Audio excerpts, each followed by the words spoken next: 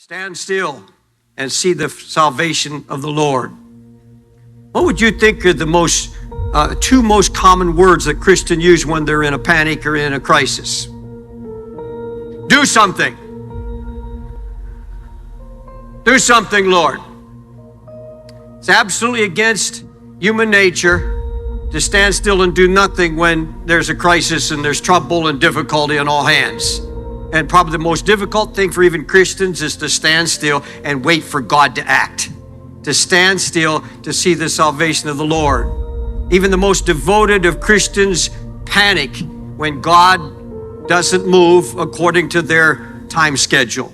We're always giving God dates. We're always giving him a time limit. Lord, if you don't do it by now or by tomorrow or by next week, it's too late. God is never too late, and he's going to do it not on your schedule, not on mine. He's going to do it on his own schedule. But God is always and has always been searching the earth for those who will trust him in their crisis, in every trial, and especially when it seems hopeless. And he will lead us, listen closely, he will lead us into situations that are alarming, that are critical, that seem hopeless, to test us. The devil has nothing to do with it at all. It's God leading into the crisis. The Bible states fairly clearly, the steps of a good man are ordered by the Lord, Psalms 37:23. And that in Hebrew is prearranged, step by step, fixed, ordained by God. I'm going to tell you something. I believe that every step that I take is prearranged by my Father. Every step that I take is ordered by the Lord. Now, if I believe that, if I'm in a crisis, if I'm in a very, very difficult situation, he's led me there. Because he doesn't stop for a moment while he says, well, you're about to go into a trial. I direct you up to this point. You're on your own now. He directs me into it, through it, and out of it. The steps of a good man, and we are good only by the blood of Jesus anyhow. There's no goodness in us. A good man made righteous through the blood of Jesus Christ is her steps ordered by the Lord.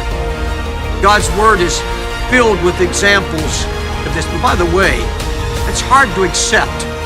Think about it for a minute. It's very, very hard to accept this concept that the most difficult, critical times in your life have been prearranged by the Lord. That they are his doing. And folks, when you begin to see that and accept it and understand it, then you're halfway through your problem.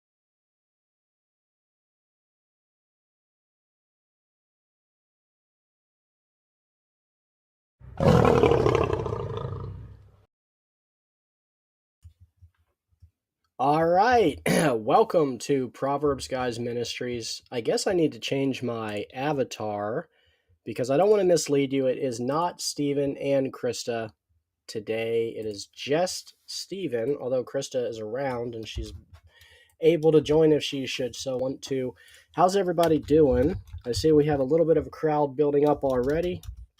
Good to see Missing Mod in the house, and Gigi, and Rich, and Big Bad Mama. Welcome. So I am in need of some some atheists, as it were. And I'll tell you why. I got a phone call this morning, or a text message from my friend, who shall remain anonymous because he's in the chat. Shout out to Rich. And he told me that he was a little bit disappointed because he was looking forward to that 3-on-3 debate. Hey, what's up, Joe? Come join us, man. He was looking forward to the 3-on-3 debate that he was going to step in for me because my schedule got changed last minute. And now he's got a little bit of that debate in his blood, but he doesn't want to he had in his mind, like, he was already accepting of the fact that it would be multiple people, so he would kind of have a little bit of support for his first ever debate. So I'm trying to arrange a 2-on-2 for him. I got Dr. Kent Hovind to agree to be his second, but I need two atheists who are willing to come debate evolution and cosmology or the universe. And so I know a lot of atheists out there don't like debating Kent Hovind anymore because, according to our side, you guys are running scared. According to your side, he's irrelevant in pseudoscience to the worst degrees. We get the arguments, but for whatever reason, it's very hard to find an evolutionist who's willing to debate Kent Hovind. Hey, how's it going, Rich? What's up, brother? How are you? I'm actually soliciting for the debate right now. I think I heard that, so I had to jump in. Yeah, I also have Robin working on it. Robin from the atheist side, but Mm. so far Kentucky Atheist is not interested. He's not really a big fan of Doc. I could get a one-on-one debate set up in a couple of days, but finding a two-on-two debate is I'm going to need a little bit of help from my atheist friends. Yeah, you give me some time, little by little. So I guess here's the real reason why I'd rather get started, with having other people on my side helping me out. I mean, I've read like maybe 5 or 6 books in my life, and I got a terrible memory. I'm not trying to discredit anything, but basically all these atheists bring a lot of knowledge and a lot of book smarts to the table. And so it takes me time, instead of being witty and snappy and, bringing the stuff directly to the table immediately, it takes me time to sit back, analyze it, and independently think over the topic instead of, shouting out stuff that has been written in books that, dozens upon, even hundreds of people have already written down and put in book. I got to step back and analyze it and think of it myself. So I'm kind of so it takes me a little while. So instead of sitting there for 20 minutes while I'm pondering on the thing, it helps if I have somebody else just keep talking about it when I'm thinking about the thing. So uh, I guess that's really why, to kind of get my feet wet, to have somebody else sitting there, ready to go. And Dude, I don't blame you at all. Just getting in the mode where you want to start taking on apologetics and doing some debates is awesome. And I understand you have never done a debate before. So you want to try to kind of get your feet wet. And since you are friends with Kent Hovind and familiar with him, you guys already have good rapport. And I think you'd be a good duo if we can find an atheist duo to go against you. yeah, I mean that would be fun. I'd be honored, to sit next to Dr. Hovind on a debate. I've done a couple debates, via text message and stuff like that, on Facebook and other platforms. So basically, when a topic comes up and somebody says something, I have, time, sometimes even, 36 to 48 hours to think about a good rebuttal or a good response to be able to articulate it. Um, yeah, I wish I was, as quick as Doc and just Johnny on the spot, with every response, but sometimes it takes me some time. So that's why I haven't, officially done an online Now, live. Kentucky Atheist had a pretty good suggestion. He says maybe instead of going straight to a structured debate, you just having like a one-on-one conversation, like with a set topic first, and that kind of gets you in the mode of the debating. That's not a bad idea. Um, might be up for doing something like that. And I told Robin I'd be happy to co-moderate with her. That way, you have someone fair and subjective on your side, and they would have someone fair on their side, and that way, and Robin and I get along capitally. So I think it would be the makings for a good conversation. But you're Yeah. specifically looking for like the universe, right? Cosmology.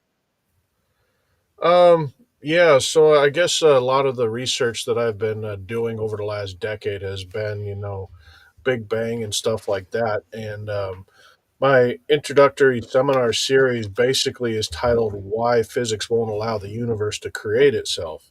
And going down that topic, I'm very good with. Drifting off of that into a lot of biology for evolution. I haven't really studied on that topic very well, so that's why I guess also like why that 3-on-3 debate I think would have been absolutely fun and amazing because you got a bunch of different guys to interact and converse and go down all those trails. But when it comes to debating evolution, the physics behind why life can't create itself, and I know a lot of atheists completely don't want to admit this, but the entire theory of evolution is based on the assumption that life can create itself. And since there's never been concrete proof that yes, life can create itself, abiogenesis can happen, the prebiotic soup can happen, they completely avoid it and say, oh, evolution or that abiogenesis isn't part of evolution because they know that it hasn't been proven to happen. Um, so I guess those are some of the topics. I mean, even in the um, scientific definition of the prebiotic soup, they say, oh, a group of complex chemicals got together and then life happened. Well, what is that complex chemicals? Oh, we don't know. We call it so complex because we have no clue what it is. Well, that tells you right there they don't know what it is and know how it happened. But when it comes to like the actual evolution of biology, starting from that single-celled organism forward, you know, those kind of things I haven't really done deep dives on personally. So, Well, welcome to the conversation, Yawsome. hey, Hello. what's going on? Did you get your water on? Can you hear me? Yes, Yes, we ma'am. hear you. I don't know why mute's not working for me either.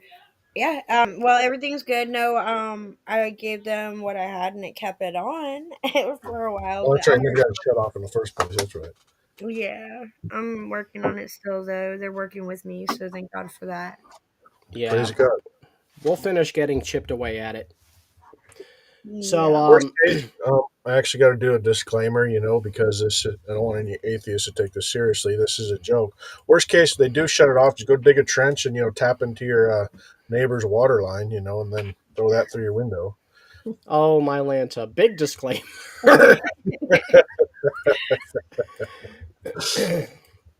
My Uh, Lanta.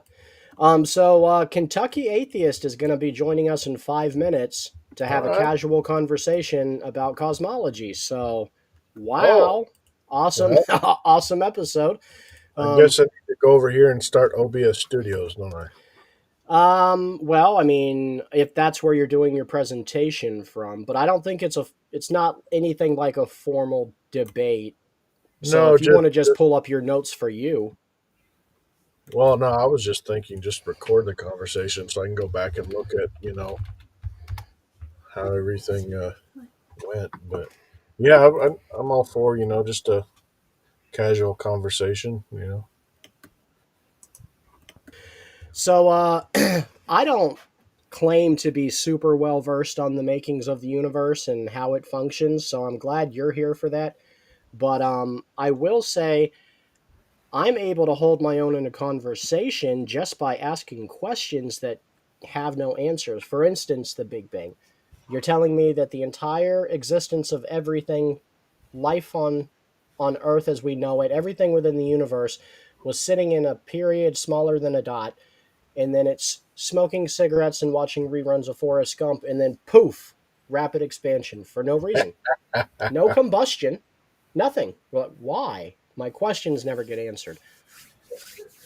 Well, that is the theory. I'm trying to figure out why my um kind of Guys, distracted. I'm I sorry. just use I'm that, gonna that leave. picture for my avatar, so I got to figure out why that. I'm gonna leave and come back because I can't do the avatar. It won't let me mute, and with kids, I have to have my mute button. So I'll be back. If you're You're like joining from a cell screaming phone, you children. need to join No, from the laptop. no, I'm on the laptop. That's why I'm confused. Okay. All right, and we have the Kentucky Atheist in the house. What's up, Joe? What's up, guys? How you doing, Joe? If you want, Doing I'll all right. give you a minute to change your avatar. Yeah, 1 second. Hey, thanks for joining on a short notice. This is going to help Rich out. Yeah. No, I think that this is an interesting conversation, and I had a debate with Kent where we talked about some cosmology stuff. Didn't really get far into it, but a little bit. Yeah. Hold on. Yeah, sorry that didn't work out, man. I was kind of looking forward to that. Bummed out having some technical issues that night. Yeah, yeah. It would have been fun. I just don't Well, think that day was supposed to happen, really. Amen, yeah. It bro. just kept falling apart. But truthfully, Joe, you were probably right from the beginning that the 3-on-3 was going to be very chaotic. Yeah. I mean, it's tough to. No matter how you go about it, it's tough whenever you've got people who all want to talk about a particular topic or whatever. And even if you try to split it up like that, I mean, it's just tough to let everybody get it in without taking 5, 6 hours to do it. Yeah, and I've done 3-person debates. It was pre-trib, mid-trib, post-trib, and it went successfully. But having 3 more people in the debate, that could have been crazy. Yeah, I think it can be done, and I think the group of people we had to do it were capable of doing it. We just had a lot of problems from the beginning, and after 30 minutes of messing with it, I was just like, I'm done. It's not going to happen. Yeah, I mean, I like to be, straight to the point, I usually don't like to beat around the bush a whole lot, for lack of a better term. Just kind of bring up a few points and go straight to it. Um, Definitely would make things on my side a little bit simpler instead of shouting back and forth, and things like that. But So let me ask you, Rich. yes, So you want to have a conversation about cosmology now? Uh, yeah, I Big I Bang, origin of imagine the universe. is your the place you're coming from with this, is it that you don't think science gives an explanation, or that you think Well, religion okay, so does, or I both? think they've tried to explain the origin of the universe, but from the research and studies that I've done, I think physics won't allow the universe to create itself, and that it actually shows that something standing outside of the universe had to put it into existence and into motion, and it can't possibly happen by itself. For example, one of the points that I make on my introductory seminar is that because the universe is in motion, says that something had to put it into motion. Um, so Isaac Newton's third law of motion: for every action, there's an equal and opposite reaction. That alone, I think it says it. So everything in the universe, from the largest galaxy down to the smallest molecule, is in motion. Even a table or a concrete sidewalk, if you zoom in and look at the molecular level, you will see that those molecules are moving. So if every action equals has an equal and opposite reaction, if you follow that backwards, you will see that that motion had to be initiated. An action can't act upon itself. So for something to move, something had to be that initial force. So would it be fair to say that you're making a cosmology argument blended with a bit of a contingency argument? Is that where, like, these things couldn't happen unless they were the result of other events happening before them, all the way back to an uncaused causer? Is that kind of what you're going at? Um, I wouldn't really say an uncaused causer. Um, from that being said, let's put the analogy of like what is the potter? So like a potter made two clay pots, right? And when the clay pots came out of the kiln and were set on the shelf, from that point of view, the existence of the clay pots started. Now they can see everything on their shelf, but the two clay pots communicating to each other haven't really known anything outside of that moment. And for all they can see from that point of view, that the potter has always existed. And their life, their little universe of that shelf has always been. But we know that the potter, had to take the clay, make the pots and put them in the kiln and all that stuff to let their little universe exist. And that's, I guess, a simple analogy of the existence of our universe. That is what I guess I'm trying to say is that there is the need for an intelligent being far superior than our capability of intelligence to initiate this universe into motion. Um, you know, like the Bible says, we are created in their image and we are naturally creative beings. So the stuff that we put together, we see it simple, but I think a lot of times it goes beyond our pride and our ego to think that there might be something far superior than we are on this little speck of dust in this universe. Okay. So before you get too far, though, one thing I'm going to point out about your analogy is that Please. the potter making the clay pots is making those pots out of existing material. Yeah. Um, those pots aren't, the material those pots are made out of isn't created. Yeah. It's From a utilized. potter's point of view, yes, yes. Um, and the second thing you mentioned at the beginning, you said that put into motion by a being outside of our universe or Yes, outside sir. of space and time.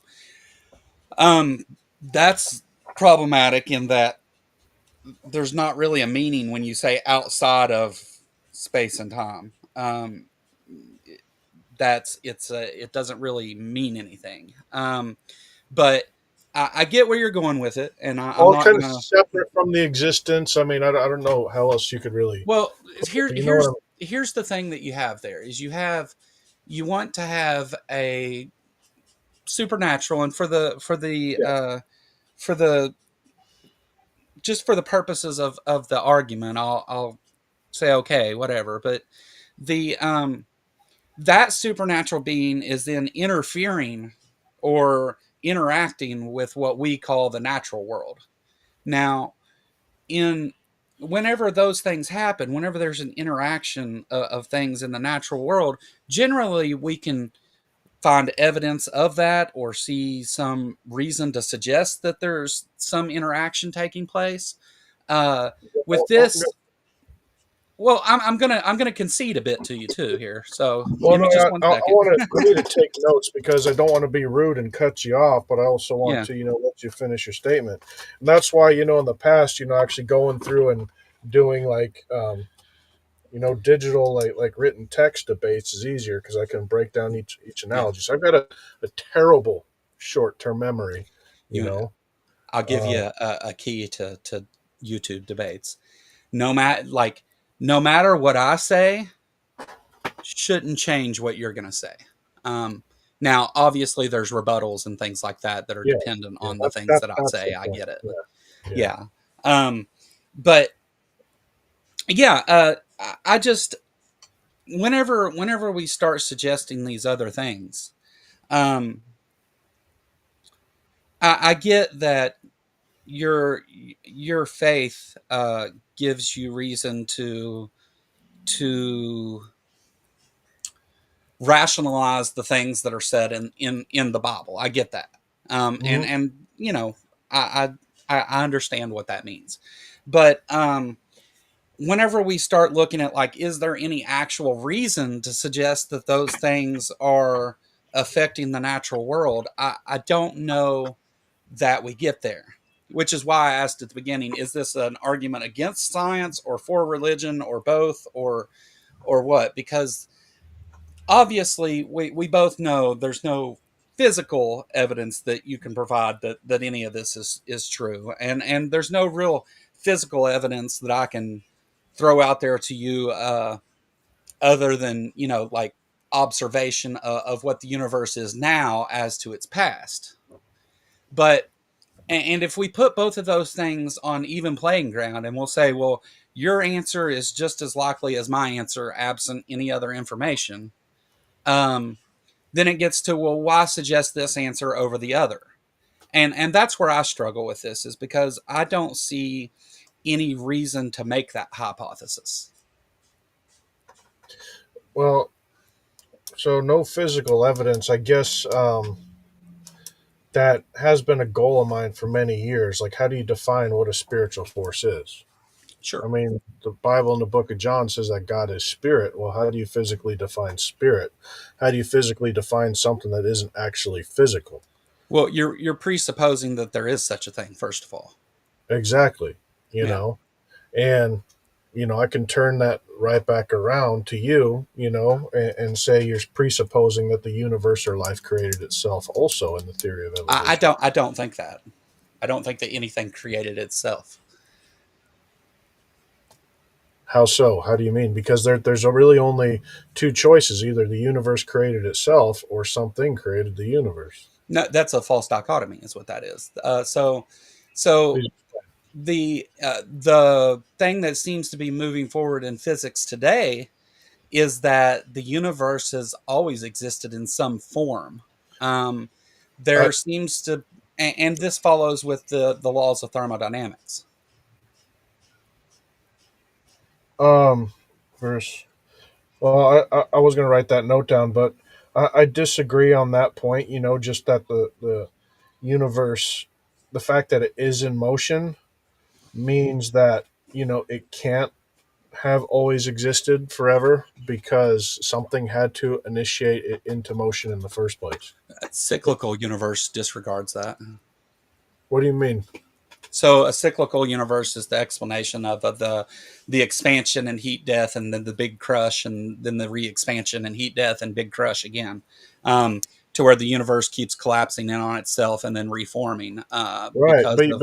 you keep following it backwards. You'll have to see, like, there's a first moment that caused that motion because an action cannot act upon itself. Well, the laws of thermodynamics suggest otherwise. So um, we have energy is neither created or destroyed. Correct? Uh-huh. It only changes forms. So with that, the energy to do all that within the universe is already there. There's no creating it or acting upon it. The universe itself is a multitude of moving parts that you could in no way predict the outcome of any individual part.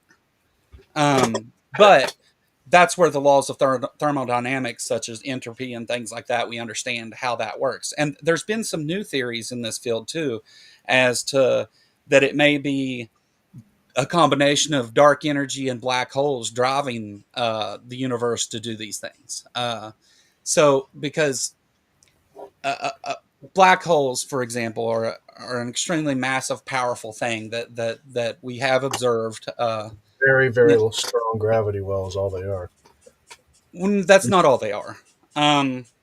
The We also know that the things that are taken into black holes are not destroyed; they're released later. Hawking radiation is the theory that covers this, but the that act of black holes converting matter into energy and pumping it back into the universe, there's been studies that suggest that.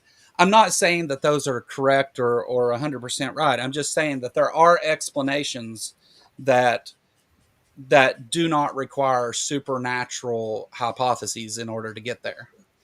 Essentially, if you're assuming that it's in existence on its own or that it's always been, I mean, I'm not trying to discredit anything you're saying or anything that the physicists are saying. I just want to kind of bring up this point. It seems like kind of a cop out statement when you can't answer, okay, this is how it originated. So we're going to say, okay, physics leads it to this point. But if we say that it's always been, then you can't really go back and prove it from its origin. But Correct again, me if I'm wrong, but energy it is seems like one theory trying to relieve another theory, right? No, but that's not the reason that that is a theory. So I understand because of the way that we're looking at this topic, why you would say, well, this solves that problem. But none of that stuff was ever put forward to solve a problem. It's where the evidence leads. Now, whether they're correct about this, again, we've got a lot of moving parts here that you can't necessarily know the placement of at any one time because of what's called the three body problem. But you can't you also like the post hoc rationalization that you're suggesting here, which is that there's this, it could be God, but this theory fixes that problem. That's not why any of this was ever suggested. what's the three body problem? I'm not familiar with that. The three body problem is just that whenever you have more, three or more things interacting with each other at the same time, that it becomes almost impossible to predict what those atoms will be doing in the future. That's why, like with our solar system, we can say, well, you can shoot a rocket off the Earth and land on the moon if you shoot it at this angle, at this time, at this place, and do all these Right. things. But whenever it Right. comes to predicting every asteroid, we can't do it because there's too many gravitational forces playing upon those. No, I agree, You're cutting out. but when it comes to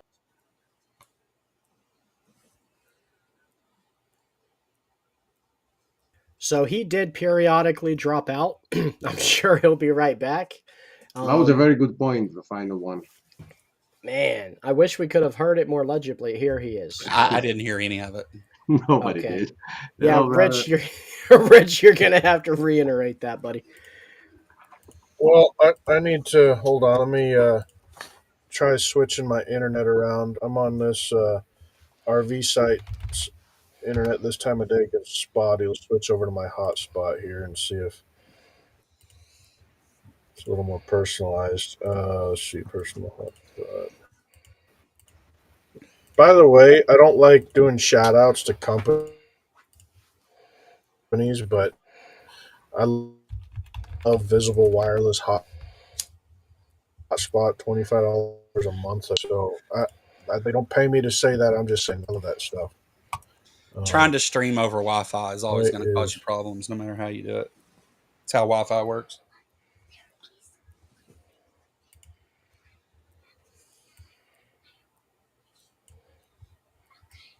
Okay. What's up, Achilles? Good to see you. Good to see you, brother. Hello, Yasam. Hey, Welcome. Achilles. Welcome back, Richard. Uh, Thank you. Yeah, especially when it's a public Wi-Fi. It's Yeah. Oh, don't trust public Wi-Fi's. where were we? Three body problem. You're talking about going. You had Oh, responded to something you took issue with whenever I explained the three body problem, and I didn't hear yeah. what you said. Well, I was basically, saying, it's hard to predict, the three body problem moving forward. But if you look at again the third law of motion, for every action there's an equal and opposite reaction. Run it backwards. Action there for every reaction there was an initial action to take place, and you keep following that all the way backwards, you get to a point where you're like, okay, what made it happen? So the contingency part of it. So uh, contingency is just a fancy word for an argument made by apologists that say that everything has a cause, and when you start regressing those causes, you either end up with infinite regression or you end up with a prime mover, right? Is everybody okay with my explanation of well, contingency?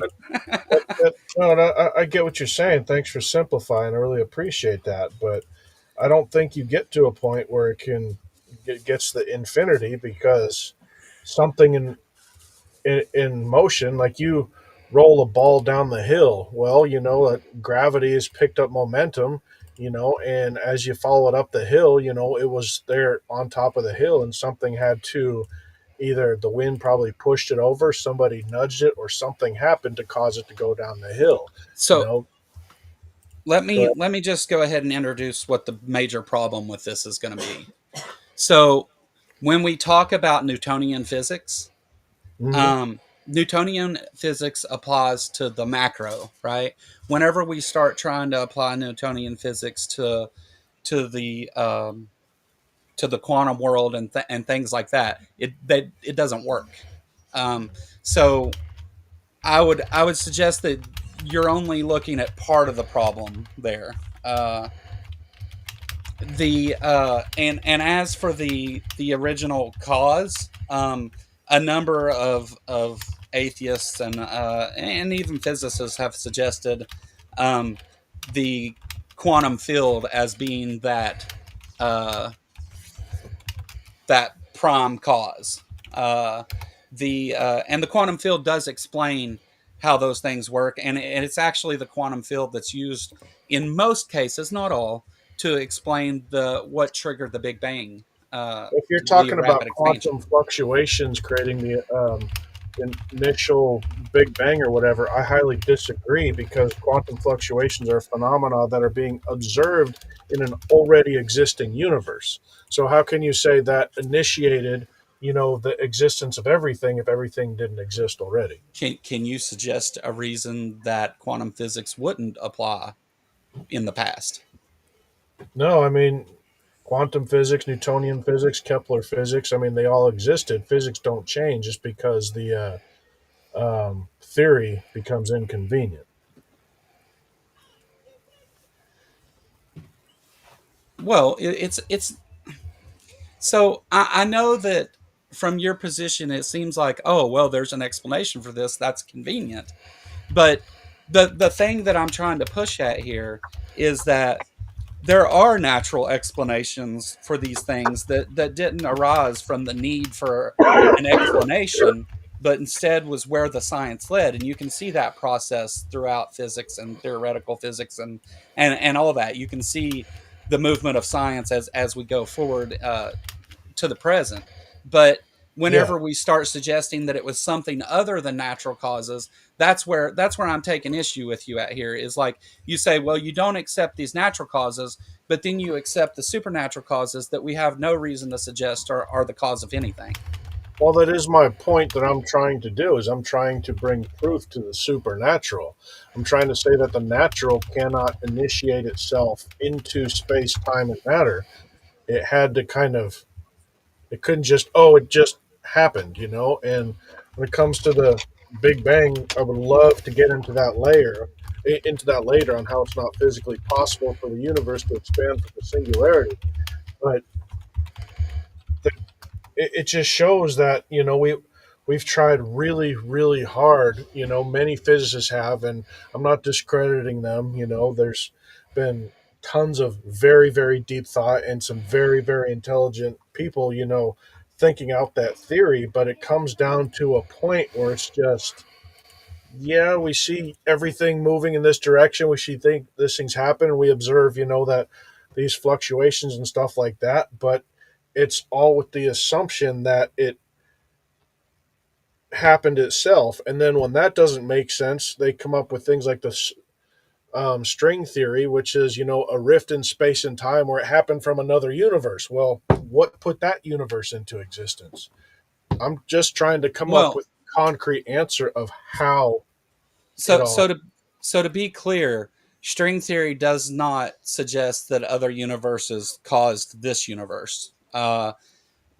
And also string theory, they've kind of moved on past that because Good. it had some problems. And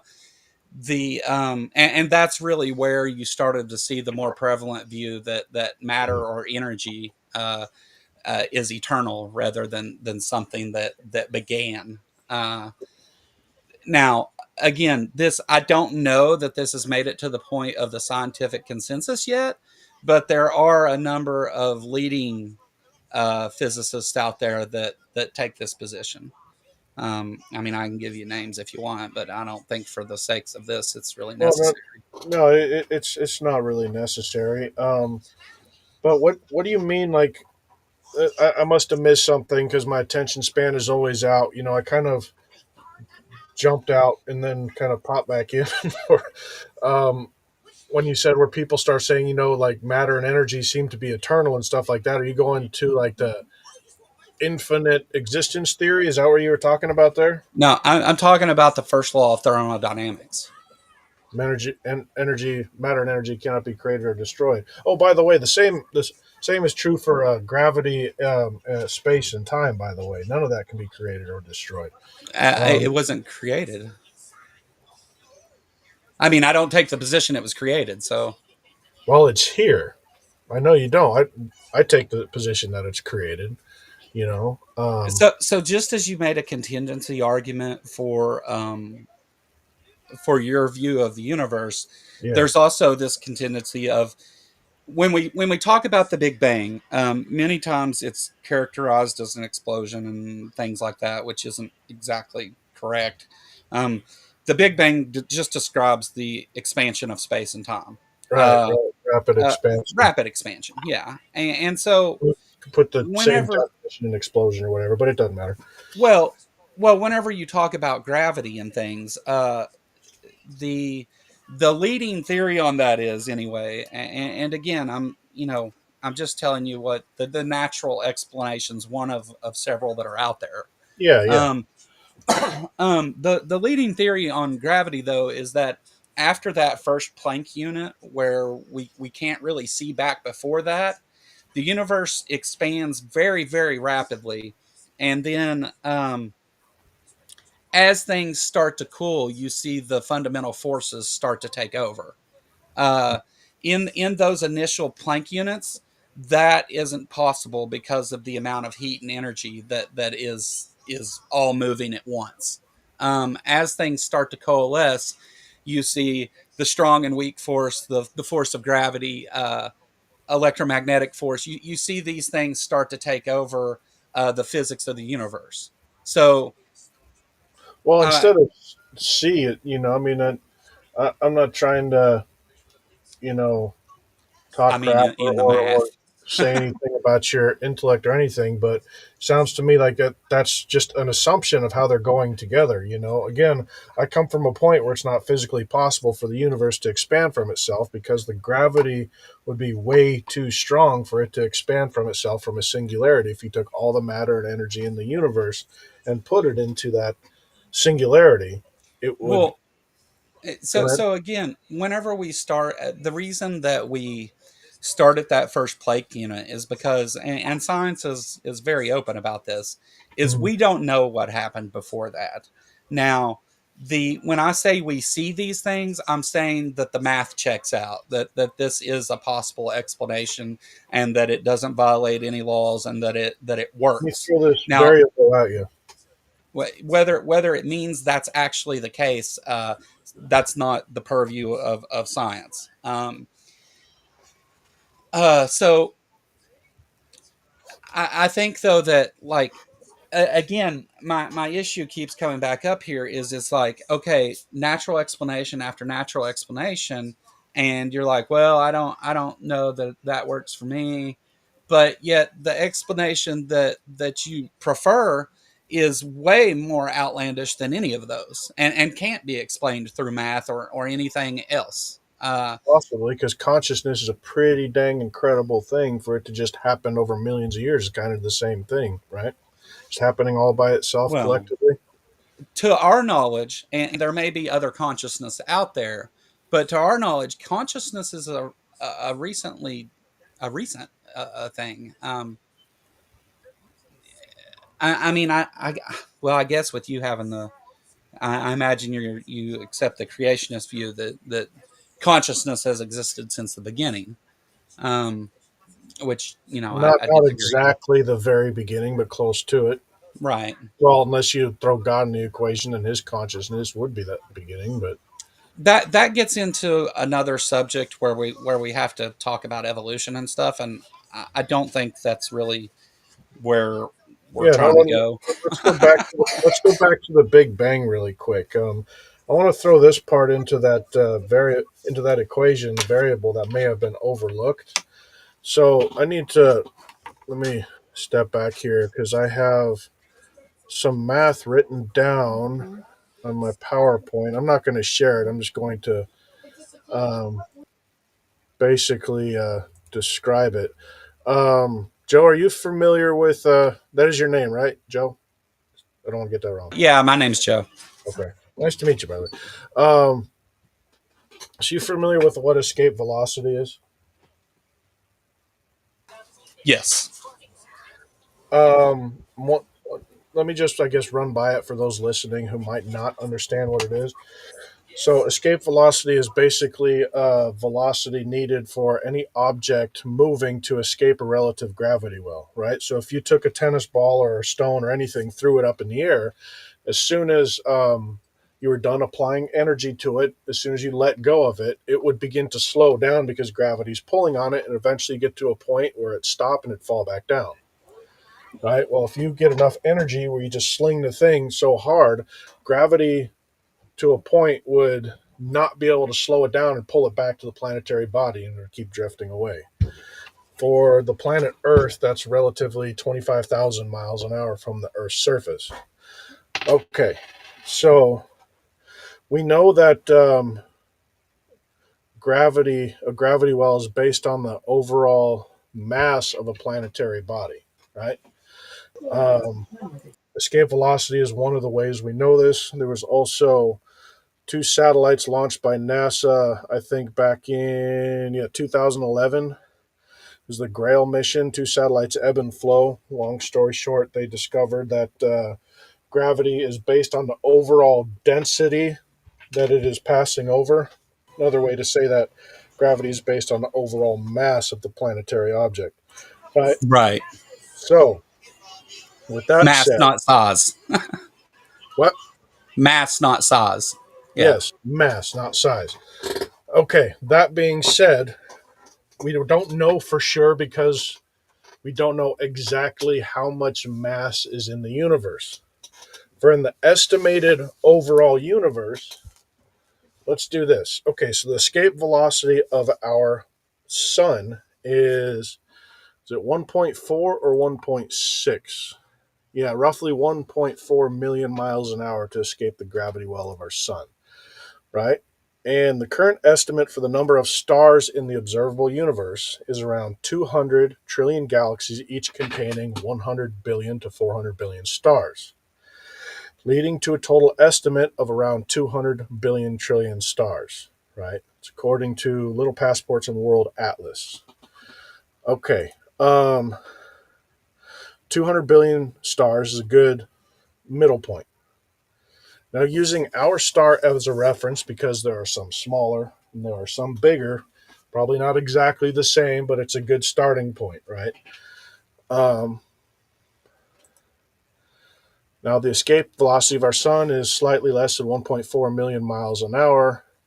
And if you took that and multiplied it by 2 and then add 23 zeros to that, you would get a number. Okay, so this is just estimating the stars. This does not include planets, moons, asteroids, comets, and other celestial objects with mass, right? If you include those, you get a much larger number than this estimation. Um, you would get, what is it? 276 quadrillion miles per hour needed to escape singularity with that mass. And by the way, the universe has a maximum velocity, which is the speed of light. So you're talking you would need something 412 quadrillion times faster than the universe would allow for it to expand out of a gravity well that large. So, so can I? Please, please. All right. So first of all, um, you're right about almost everything you said. The factual parts of it you got right. The conclusion I disagree with. Okay. Because first of all, when we talk about a singularity, a black hole, essentially, the there is no escape velocity good enough to get you out of a black hole. The That's why we black call it holes a black do, hole, because we yeah, light can't escape it for us to see what's inside it. right. They do radiate energy though. So and I but forget why, whenever but it's for a different phenomenon, not the velocity. well, I got to look it back it's up. because of the laws of motion you talked about earlier. So, and it's because of the laws of thermodynamics. So, whenever things are taken into a black hole, they're eventually radiated in the form of Hawking radiation, which is that energy escaping the black hole. And eventually, black holes can even evaporate and disappear. But aside from all that, that's something different. Whenever you're talking about the escape velocity of Earth, for example, the Mhm. escape velocity on Earth functions a bit differently than the escape velocity from our solar system, because we have not just Relatively the same. gravity, but you have drag and friction and a lot of other things. Now, in Yes, space, when you get away from the Earth, yes, we know you're fiction. still within the gravitational forces of the sun, but those forces are so weak that the escape velocity changes to the point to where if you Yes, just point something in a direction, it'll keep going. yes. Um, That's why I said from the surface of the Earth, we calculated about 25,000 miles an hour. sure, For example, of course, getting rid of the atmosphere, assuming there's no drag from atmospheric interference at all, um, 25,000 miles an hour from the surface of the Earth. If well, according the to the inverse square 25,000 law, miles will do it even with those variables. yeah, but well, I mean, by the time you accelerate through it, it would slow down and would lessen. You might not make it all the way out. But anyway, the further away you get, the less the pull of gravity is. You're right. I believe it's the inverse square law. Like if you're half the distance, then it becomes like one fourth, or I don't remember exactly the math real quick. But anyway, the further away you get, the less the pull of Right. gravity is on you. So from that point, your continuing velocity would be less than that It, on the surface of the Earth. I know what you're saying. it's going to be an equivalent ratio still, because the closer you get to the center of mass, the stronger gravitational force you'll have to overcome. That's the theory of gravity. The the issue is though is whenever you talk about like moving away from the sun, it's not just or any of these other stars. You can't just calculate the total force of those stars because there's other variables. Um, Dark energy and dark matter seem to have a huge effect on gravity, and there's also like when you're moving away from the sun, by the time you're at Earth, Jupiter's gravity is damn near doing as much as the sun. Depending on There's what side of the sun the planet's on. Oh, Yeah. sure, yeah. I mean, it depends on how close you, because again, the closer you are to the center of mass, the more powerful the gravity. Well, But yeah, but okay. The singularity thing is assuming all that gravity, Jupiter, Earth, the Sun, Mars, all that stuff is in one solid planetary singularity. So when you get out there, you're not really going to be pulled against anything else. So it is going to be originating from that point. Dark energy, by the way, I believe was first theorized because they see that the universe is expanding, but the force of gravity of everything out there should be attracting it all together, and they couldn't quite figure out why it's still moving away. So I believe that is well, they came up we with dark energy because they see something pulling it, no, but they're not quite sure what it is. Am I wrong on that? Or yeah, you're wrong. So that was the initial problem, right? Is they calculated all these things up, and the numbers should have worked out evenly, and they didn't. Um, there should be the amount of matter in the universe wasn't accounted for was the problem. And we still so don't know the total amount. no, you're right, but we do know that dark matter makes up about 98% of it now. But we um still don't know what it is. the now that's not the reason that dark matter or dark energy was proposed, though. It was because of the effect that those things have on nearby objects. We can't directly observe dark energy or dark matter for that, and dark matter is kind of like a catch-all. Dark energy is really the important one here, but we can't really directly observe those things, but we can observe the effect that they have on other things. And so we know that there's something there that's causing that effect because of what we talked about earlier. These things are not having gravitational pull on them without some cause, without some reason for it being there. And dark energy is the math that explains why that's happening. And we see it in universes whenever we take a small universe and we add up all the matter and what should be the gravitational effect of that matter, the universe should fly apart at the seams, but it doesn't. And that's, again, we see the effects of dark energy on these different and I said universe, I meant galaxy. Okay, I We've was gonna seen say, the like, where'd the effects. small universe come from? Yeah, we see the effects of dark energy on galaxies. So dark energy doesn't come from the, oh, we're missing something, we need to explain it, and here we'll just use this to do it. It comes from, we see this thing having an effect, so what are we going to call this thing? And that's why we don't really know a lot about what dark energy is, but we know the effect it has on the universe.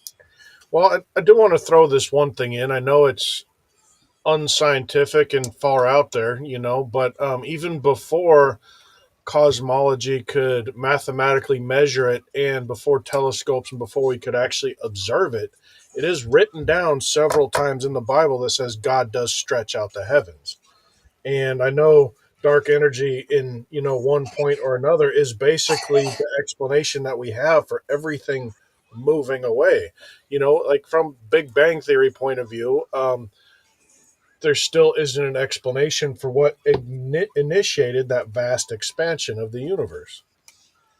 Well, again, there are mathematical formulas that describe how the quantum field could do that, but we don't know any of that because here's the thing.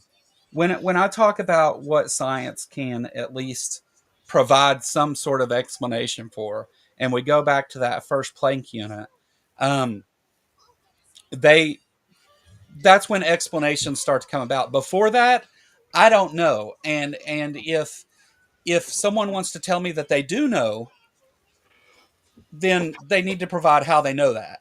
Well, And that's the that's beauty where of we run science. into the problem. We got a lot of stuff discovering it. One issue that I have for like the first Planck unit is a lot of physicists get to the point. It's like, okay, we need to have this, but the only way to explain it is to change the law of physics because the physics won't allow it to happen. I've seen that quite a bit. You've seen them change the laws of physics to fit their narrative. Yeah. I would love for you to provide me any example of that. And you can do that aside from this some other time if you want, or now, whatever. Well, But no, it would take me some research to find it again, but yeah, I've come yeah, across a few. I don't know that. I mean, because we've talked about the laws of motion, and as far as the macro world goes, since Newton came across those, they haven't changed. Now there has been refinements and things added to that as we better understand the world around us, but those things haven't changed. The laws of thermodynamics, since discovered, have not changed. Uh, so whenever you talk about these things, the laws that govern our universe changing, they wouldn't be laws, first of all, if that was the case. But I don't know. That's And again, I don't know all of science, but I don't know of that ever happening. that's another, I guess, some evidence for organization and for intelligent design is that the universe is kind of structured and put together by these laws of physics and laws of energy and stuff like that. It's not just all random because everywhere we observe the exact same laws that hold the thing together, the exact same laws of thermodynamics, the exact same laws of motion, the exact same laws that are put together. They're not, perfectly established in this part of the universe and in this galaxy. They're completely different. Over here, it's a completely third different thing. Everything's ordered the same. What put them that way? I know that's, kind of a big Well, question. I don't have, of course, I'd like to say, oh, it was designed and God put it that way, but you're actually trying to physically prove the existence of God. yeah.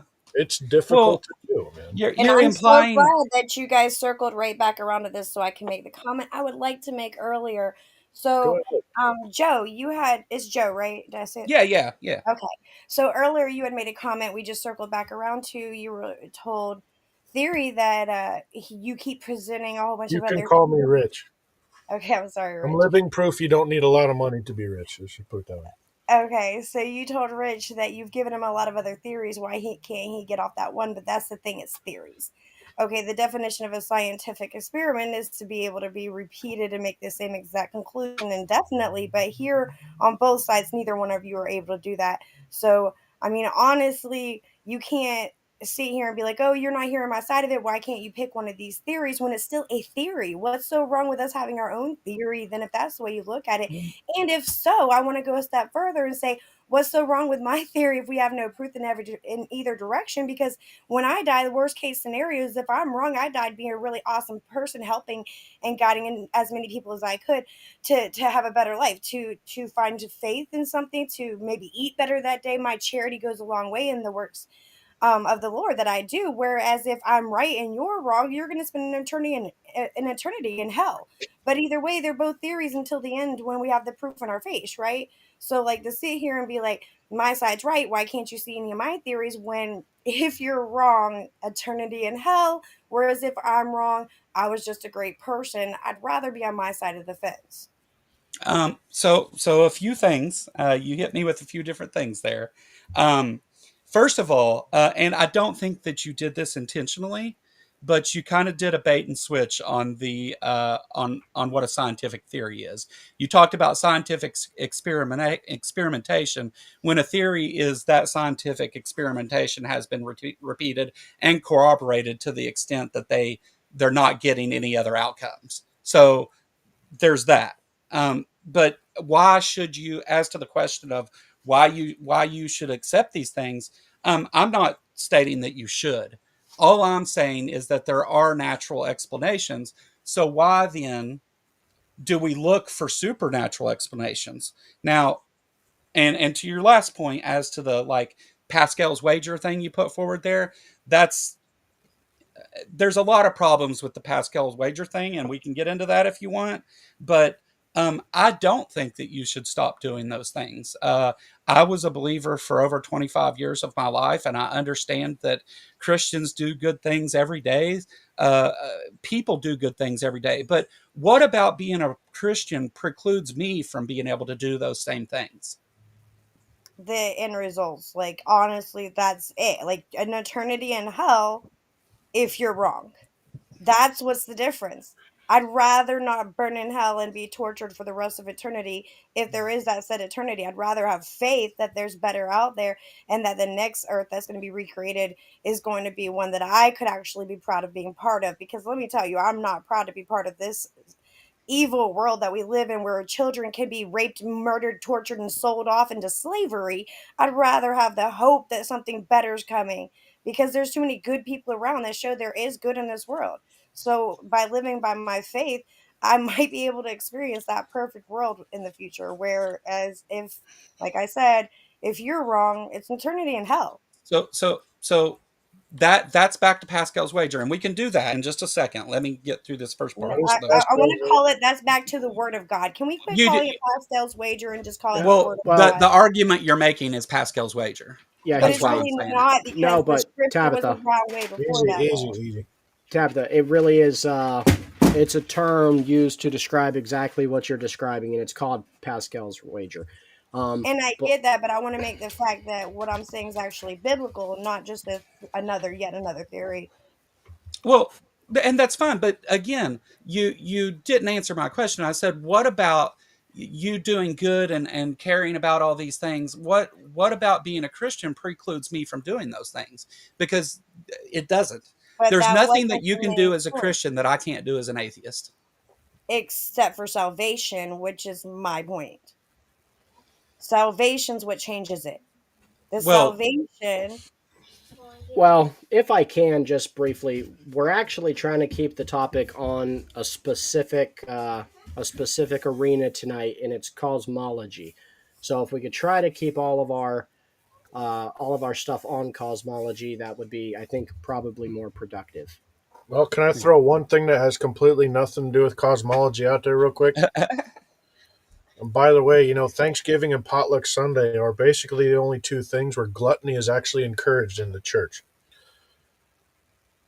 Never mind, you guys are supposed to laugh at that. Anyway, getting back to the topic at hand. So let me see if I can give an answer here that will include the your questions as well. It's not that I'm suggesting that being an atheist is in some way a better way for every individual to live or anything. I take the position that um, I don't decide whether I believe in a God or not. I'm not convinced a God exists. I cannot therefore say that I am. Um, and that's, as far as that goes, that's where that's at.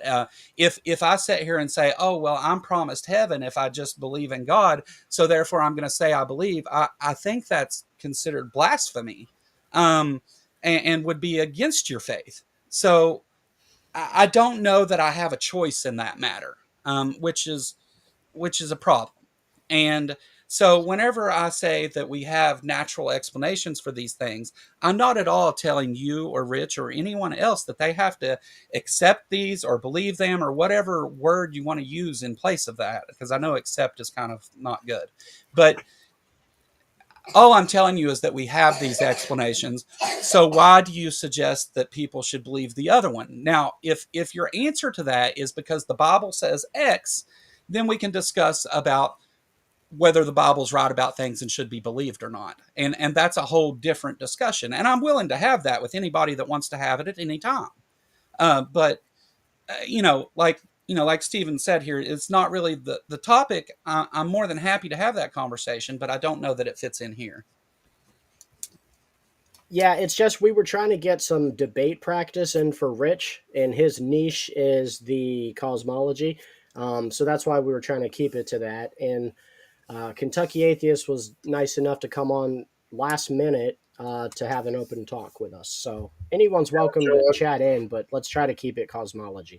I really appreciate it. I've basically, said all my arguments. There was one note that I took down beforehand when you were talking about, you don't see the evidence of anything really interacting with the universe. And I just wanted to bring up, again, it's the laws of how everything's structured together. But, the initiation of everything, I guess, was the the most, I guess, the biggest defense that I have to prove that there is a God. Everything is here, and I don't see how it could possibly just come into existence on its own, and how it can possibly just be here. And then, if it took 13.8 billion years for consciousness to evolve, why does it? Well, I guess that's kind of going away from cosmology, but why does it only last 120 years at the most? Um, Well, I mean, so first of all, Rich, I appreciate the interaction and yeah, that's good. that you're trying to explain things. I get it. And don't take this the wrong way, but No, no. what and I'm not when I say these things, and I was pointing out the same thing to the other person here, that I'm not trying to be offensive to you, but what you're doing is called an argument from incredulity. So you're saying, I don't understand how all this could happen, given these things, without even actually looking towards the science that explains those things. Well, I disagree because I have looked at the science and I don't agree with it. It doesn't explain how it gets here. Just saying, oh, some quantum fluctuations randomly happen, and all of a sudden, all the matter and energies in the universe, including space and time and gravity itself, and then over a vast, long period of time, it all just randomly organized together into the extreme, incredible consciousness, that little presence behind your eyeballs we are observing through. That just doesn't make sense on how it But can just happen by but it itself. does provide answers to those questions. Well, Now, whether they are the answers is something totally different. But to say that it doesn't provide the answers to the questions you're asking just isn't true. well, so okay, let's look at quantum fluctuations again. It's just like a spontaneous um, bit of energy popping in and out of existence, from what we can observe. How does that It's not little bit just of that. energy come into helium? And how does that little bit of energy turn into iron? How does that little bit of energy Okay. into existence become consciousness and then a star? That's Fair enough. really Fair organized. enough. So whenever we're talking about quantum fluctuations, we're not just talking about just things moving around, or however it was you explained it. We observe superposition within quantum mechanics, that we observe that. Now, the act of these particles popping in and out of existence in different places allows them to interact with both the quantum field and other particles. The Lawrence Krauss's book, A Universe from Nothing, explains this in great detail. Um, not promoting Lawrence Krauss, just trying to explain that there are physicists who follow this exact explanation. Whenever you go into talking about how does that then become the macro world and the elements that we see, the, primarily the universe was hydrogen at first, and as the first stars coalesced, made of hydrogen and a little bit of helium, they they live their life, they explode, and in those explosions, heavier elements, elements heavier than lead are formed anyway. So it's The theorized and it's never been observed, and nobody knows Oh how no, it's. that's been observed. That's Let, the okay, let me stop you right there. We should go into business. If that's been observed and it's been proven, let's go into business. I know a place right down the road from here where we can go get a little bit of helium and some hydrogen. Let's take that and let's just make a mountain of gold and become the richest people on the planet. You could, if you had enough energy to pump into those Let's elements. do it. And that's where the stars come in. So in the life cycle of stars, which has been observed, we see clouds of gas that collapse and form stars. Those stars begin to form heavier and heavier elements through nuclear fusion in their cores. And then whenever it reaches lead, that's kind of the death sentence for a star. And Right. the star then begins the process which leads to supernova, if it's a big enough star. Whenever stars go supernova, there is enough energy to bind together through fusion elements heavier than lead, which does occur, and we see them in the clouds resulting from supernovae. Let me ask you this question. Let's back up a little bit. Where did Yeah, go that ahead. hydrogen and helium come from in the first place? Well, whenever we talk about the quantum field and those fluctuations you're talking about, the particles that are popping in and out of existence in different places at different times, unpredictably, mind you, uh, Pretty convenient. are very simple particles, and we see by Well, quantum looking back in fluctuations are time. energy. It's not particles. How are energy and matter interchangeable Well, inside Star Trek? particles and waves are kind of, I know, like, I know that this is complicated, but like particles and waves are kind of two sides of the same coin. So um depending I would on love to see somebody take an empty matter or an empty jar and fill it with brand new helium and brand new hydrogen.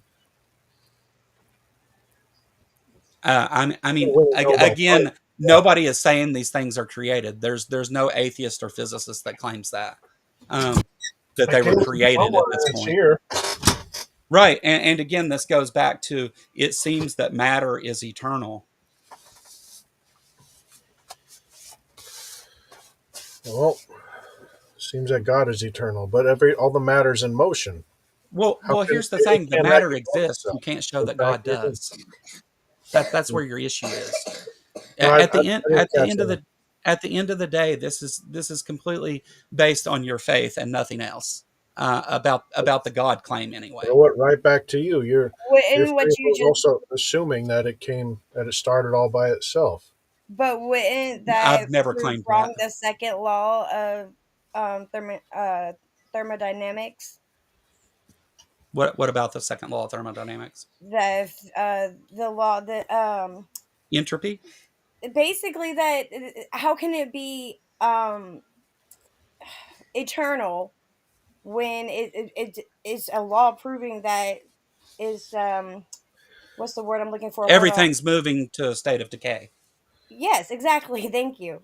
How did it get So, into a state of order in the first place? It well, so this is a misunderstanding of the entropy. amount of usable, that's the word I was looking for. The amount of usable energy in the universe is running down, like you said. Well, So if it is, then that would mean there would have to be a beginning if there's going to be an end. You can't just have an no. everlasting universe that keeps going if your laws are proving that it's decaying, right? So again, a sorry about that. So again, a cyclical universe theory does account for that. And also, when we talk about entropy, entropy doesn't um, make it impossible for pockets of organized things to come about. In fact, it's predicted within entropy. Um, the There's this idea of like things are moving to a state of chaos and that everything is always moving to a state of chaos, and that's not what the second law of thermodynamics says in any way at all. Entropy just refers to, as a whole, the system is moving from more energy to less energy, or to that energy being spread out. It just means the system as a whole. It doesn't mean every individual particle is moving away from every other individual particle.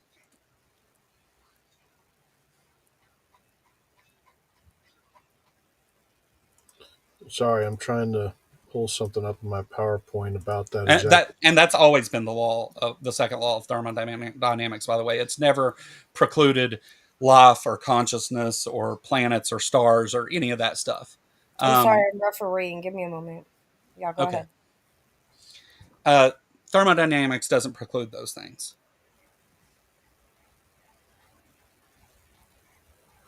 Um, why can I not find it? I've got way too many things buried here in this PowerPoint.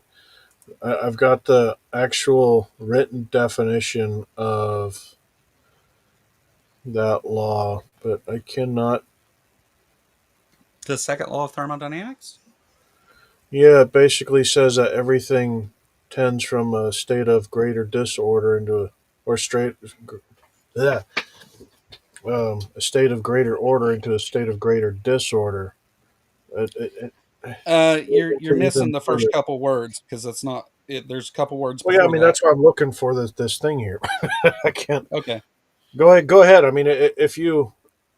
so it says within any system that things move to a state of disorder, and that doesn't preclude there being pockets of order within that system to eventually lead to that disorder. um,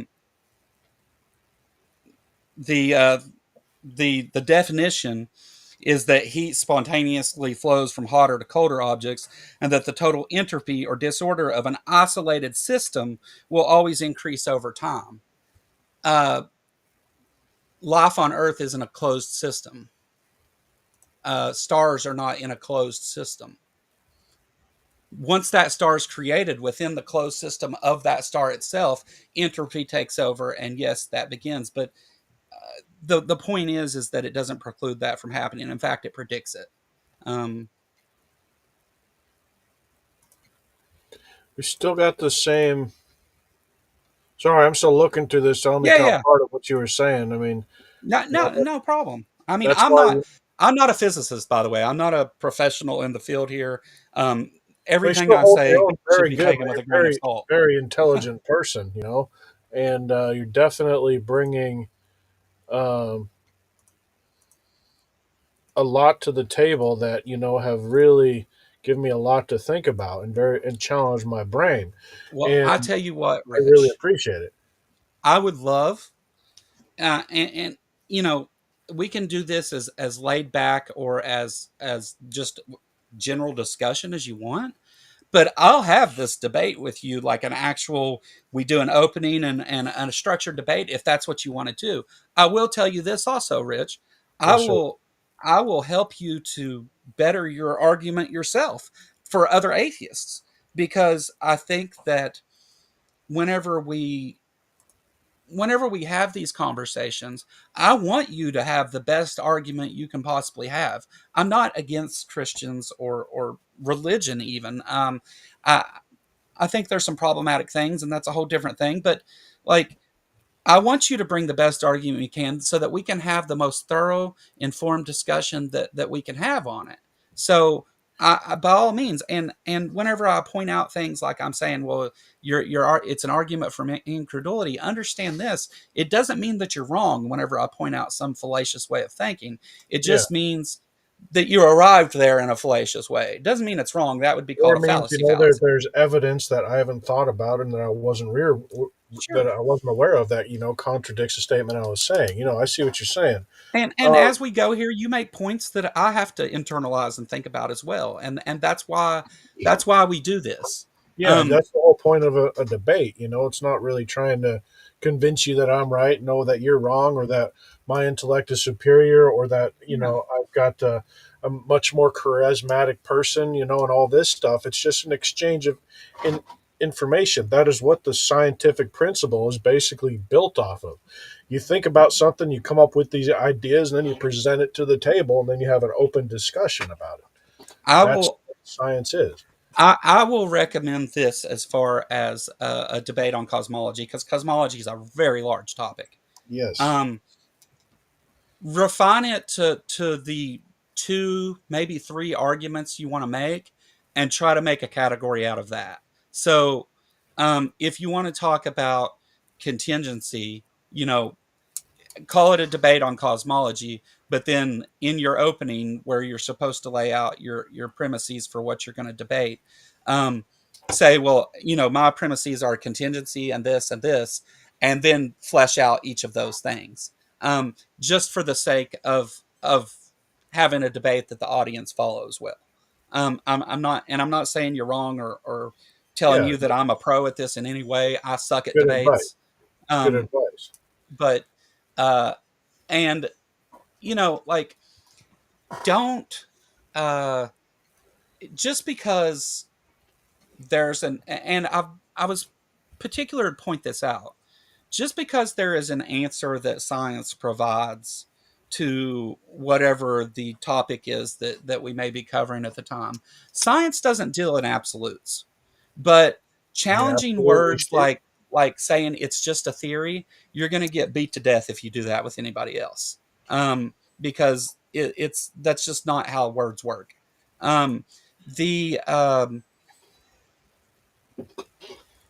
That's one be thing about science. It is, there to kind of prove that things are absolutely the way they are.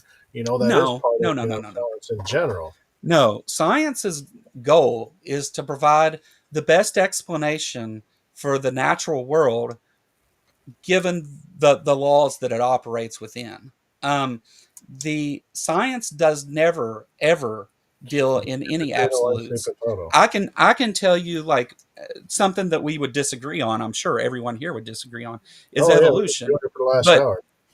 evolution isn't just like, and this goes with gravity or any other theory too. There is the fact that evolution does occur within certain observed species that we have watched, and the theory of evolution, But which then applies that to life. adaptation, more or less. I wouldn't, depends on how you look at it. But getting back to cosmology, I've been dying to ask you this question. I Yeah, go completely for it. forgot about it. So I haven't read the guy's book. I'll admit that. Um, Hey, real quick, guys, I gotta go. Mother's job is never done. It was good being with you guys here today, and y'all hey, have a chloroform teddy bear. wonderful No, I'm kidding. nap time spray. Good to see Well, you, dear. Y'all have a great night. thank you God for your bless. interaction. So I've never read Stephen Hawking's book. I've got. I'd like to say I have a crutch when it comes to reading. Like, my mind wanders every time I try to read, and by the time it comes back, I'm a page and a half down the road when my eyes are still moving, and it gets frustrating and annoying. But so I'd like to hear your explanation. So Stephen Hawking said Brief history of in time. that, or the grand design. Okay, I haven't Uh, read that one. I've read a brief history of time. Says because it might be in that one, I don't remember. Says because I've got his quote pulled up here. Says because there is a law such as gravity, The universe can and will create itself from nothing. Spontaneous creation is the reason there is something rather than nothing, why the universe exists and why we exist. It is not necessary to evoke God to light the blue touch paper to send the universe going. Now, I disagree because you have a chicken and egg problem, right? Gravity's only exists in existence because matter exists.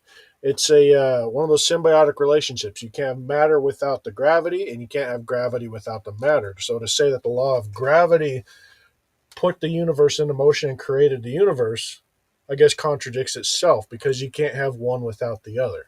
Well, I actually disagree with Stephen Hawking's explanation there as well, but not because of the same reasons. Whenever this was written, the our understanding of those things was kind of he was at the leading edge of where it was, and since that time, we do have a better understanding of certain things, and there are other hypotheses that have been put forward. That being said, though, what he's referring to here is there's a famous quote within science that says that they were busy explaining the universe, and I forget the scientist's name. It's not a famous name in science, but um, they're talking about the origins of the universe, and he's asked, well, why did you never suggest God as the answer to that? And his answer to that question was, I never found any need for that hypothesis. Um, there was never a need for that particular hypothesis, I Sounds like think is he's an trying to exact quote. satisfy the ego instead of the scientific answer. Well, no, I mean, whenever we talk about science and coming up with an hypothesis, the idea is that we come up with a hypothesis, and then through testing, experimentation, corroboration, and all those things, we can then test that hypothesis and see if it holds true or not. And given the things seen within science, there was never a need for that type of hypothesis to explain anything. And in fact, rather than explaining things, that hypothesis brings forward more questions than it answers. Um, without faith being involved, of course. And it doesn't mean that it's wrong. I can't sit here and tell you you're wrong that God did it all, and I wouldn't pretend to do such a thing.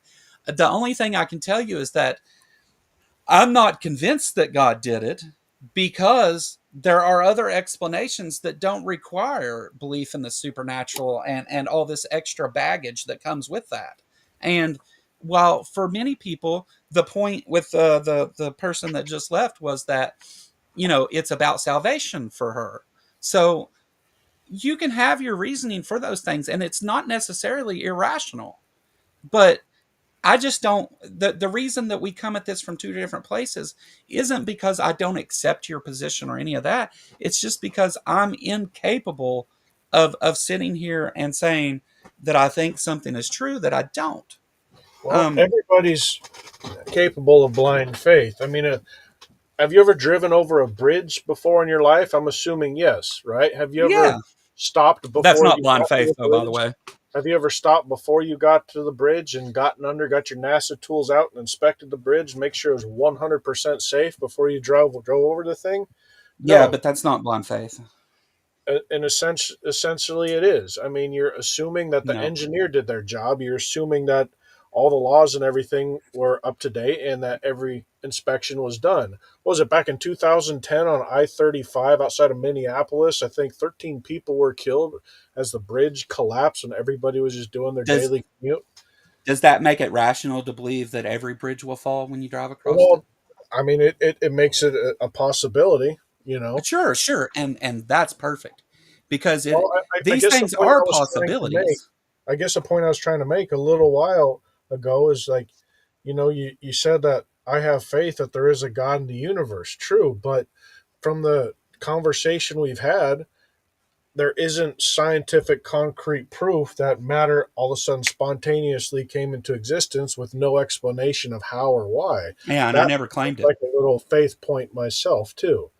I Um, didn't claim that either, just to be clear. well, I'm just kind of throwing that point out there, but There is one thing that I completely forgot about. Looking for this other law of thermodynamics definition, I came across a slide in my PowerPoint that I'd like to bring up. So, getting back to law of thermodynamics, or matter, energy, space, and gravity cannot be created or destroyed, right? The Yeah. truth is, they all exist. It just says it cannot be created.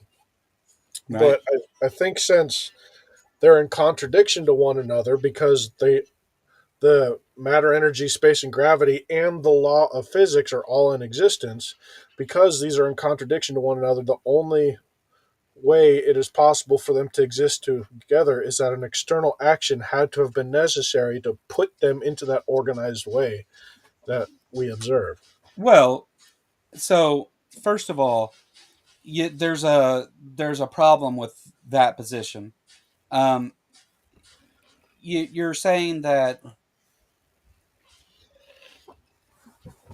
these things, because they exist, they had to be created, and that's a non sequitur. Um, just because the existence of something doesn't mean that there's an agency involved in creating it. Well, Things I mean, do arise from natural processes. Uh, well, yeah, but that organized where, okay, it's here, but it can no longer come into existence because the law says that how it can't. how organized do you think the universe is? Well, it's constantly moving from a state of order to a state of greater disorder, but the law is pretty organized. That's why we have the laws of physics. That's why Well, we observe the the laws of the physics. the We wouldn't have been able laws, to observe that they're there if they didn't exist. but laws are the laws of that govern the universe don't function that way.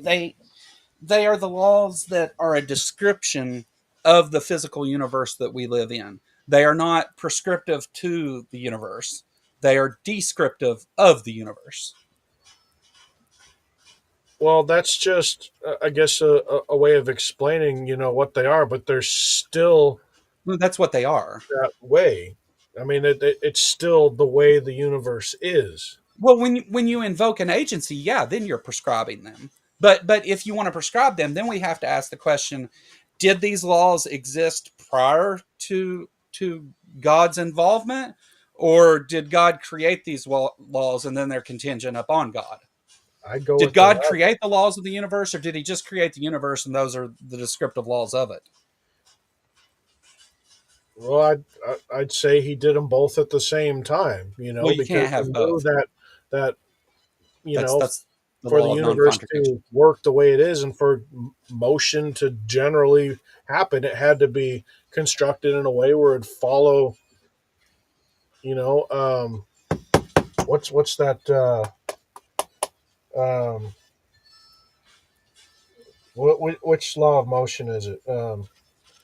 Object in motion will remain in motion. Obviously, it's like a no That's duh kind of thought, but of course it's going to act that way. But would you put the thing into a total thing of chaos where all of a sudden this moving planet just decides to turn around and head the other direction? And, I don't know. could that be described in physics of a way that could happen? I mean, Not hypothetically, not without something allowing that thing to stop, or friction to allowing it to stop and right, turn it around and send it the other right. direction. So this is a direct analogy to what you're saying. In that same situation, then, without some sort of explanation of what that thing is and how it works, no, you couldn't get there. And that's the same problem I have with whenever you take it out of the realm of the natural and put it into the realm of the supernatural, because it's not well defined, first of all, and second, you have no way of showing that there's a there, that there's even a reason to think that the supernatural is a real thing or can exist, much less that it does and has this effect. So that's why I stopped short of that. And again, it's why I asked you what point you're trying to debate. Because if you're trying to debate it from a point of religion provides a better answer, then I'm going to say, of course, no, it No, doesn't provide an no, answer at all. I'm trying to um, make the point that it is necessary for something outside of the realm of space time that we exist in to put it into existence. That's the position I come from. Okay. Well, and I'm not trying to like straw man that position onto you. I'm just trying to understand Well, you better. it's a theory, you know. Yeah, it's a colloquial theory, not a Faith, scientific theory. like faith in a way. Well, no, it's a very big scientific theory because just like you could say, oh, the Big Bang is a big cogwheel theory. If that's what you said, I didn't exactly hear it because It's supported you know, by evidence. so is the existence of God. What's that evidence? I'd like to look at it. I just said, everything is here. It can't. But that's Physics explained by won't natural allow it to means. naturally happen all by itself. So here's whenever we talk about like scientific theories and stuff, if you put forward evidence, if I say this is a common one. Whenever we talk about and sorry, I'm not trying to change the subject. I'm just trying to use this as an example. Oh, you're good. But whenever we're talking with young Earth creationists specifically about like Noah's flood and stuff, Oh, they'll no. say, well, you see these rocks over here, or Mount St. Helens is a common one. Right, The right. volcanic rock at Mount St. Helens not falling within carbon dating the way that we would expect if it was reasonable to date it that way. But the the point is that whenever your explanation falls within the purview of the already accepted explanation, it doesn't move the needle any further in that direction. So it's not actually evidence It that should starts sway moving the any.